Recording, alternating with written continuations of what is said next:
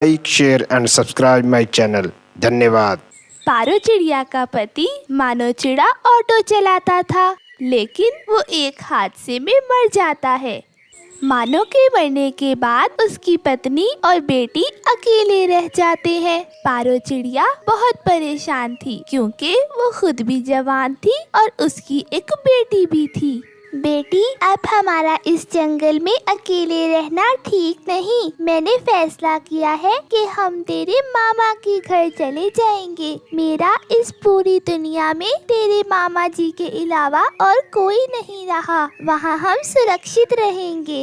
लेकिन मामा, हम इस घर में अकेले कहाँ हैं? मेरे पापा की यादें हमारे साथ हैं। वो मुझे अपने हाथों से खाना खिलाते थे, कहानियाँ सुनाते थे। मामा, मैं ये घर छोड़कर जाना नहीं चाहती।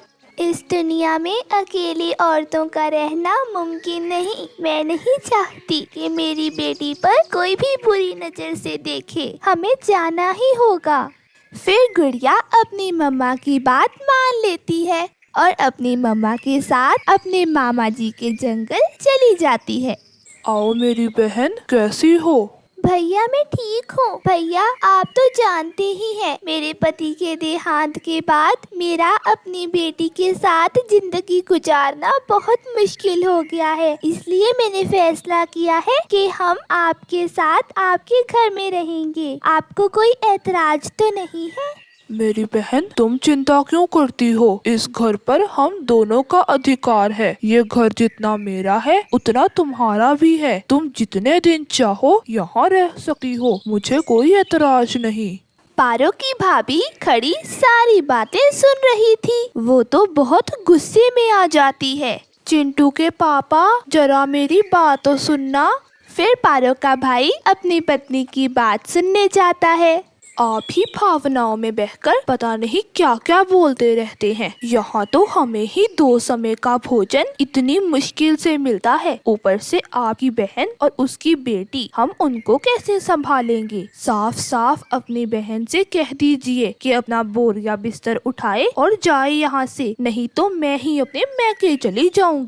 पारो खड़ी अपनी भाभी की सारी बातें सुन रही थी। वो कहती है, नहीं भाभी, आप अपना घर छोड़कर मत जाना। मैंने तो यहाँ नहीं रहना। मेरी बेटी पहले ही यहाँ रहने के लिए नहीं मान रही। मैं यही बताने आई हूँ कि मैं और मेरी बेटी वापस अपने घर जा रहे हैं।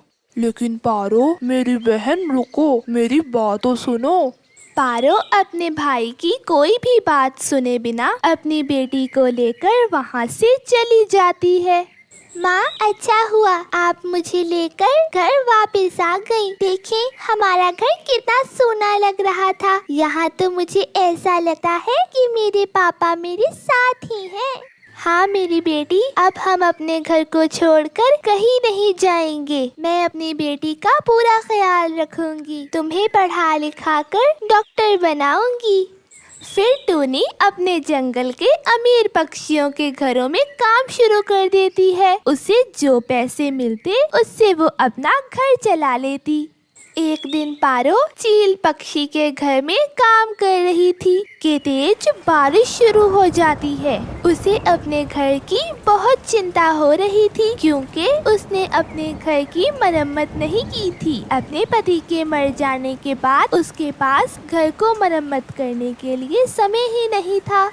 मालकिन जी, क्या आज मैं घर जल्दी चली जाऊं? मेरी बेटी घर में अकेली है। कहीं इतनी तेज बारिश में मेरा घर ना टूट जाए। 1-2 दिन घर जल्दी क्या जाने दे दिया? तुम्हें तो आदत ही पड़ गई। मेरे बच्चे स्कूल से आने वाले होंगे, जल्दी से भोजन तैयार करो। सही कहते हैं, नौकरों को ज्यादा छूट नहीं देनी चाहिए, नहीं तो सर पर ही चढ़ जाते हैं। फिर पारो चिड़िया शाम तक चील के घर में काम करती है और फिर शाम को अपने घर चली जाती है। बहुत तेज बारिश हो रही थी। पारो की बेटी रानी पेड़ पर बैठी भीग रही थी। पारो का घर नीचे टूटा पड़ा था। माँ, जैसे ही बारिश शुरू हुई हमारा घर तो फौरन टूट गया। अब हम रात के समय कहाँ रहेंगे? पारो भी बहुत परेशान थी। अचानक रानी के दिमाग में एक विचार आता है। माँ, हम भी ऐसे ही चिंता कर रहे हैं। मेरे पापा का ऑटो किस दिन काम आएगा? क्यों ना हम ऑटो को ही अपना घर बना लें। हाँ बेटी, मेरे दिमाग में तो ये विचार आया ही नहीं। ऑटो का घर तो बहुत सुरक्षित रहेगा। हम ऑटो को ही अपना घर बना लेते हैं। फिर दोनों माँ बेटी ऑटो को ही अपना घर बना लेते हैं और उसमें रहने लगते हैं।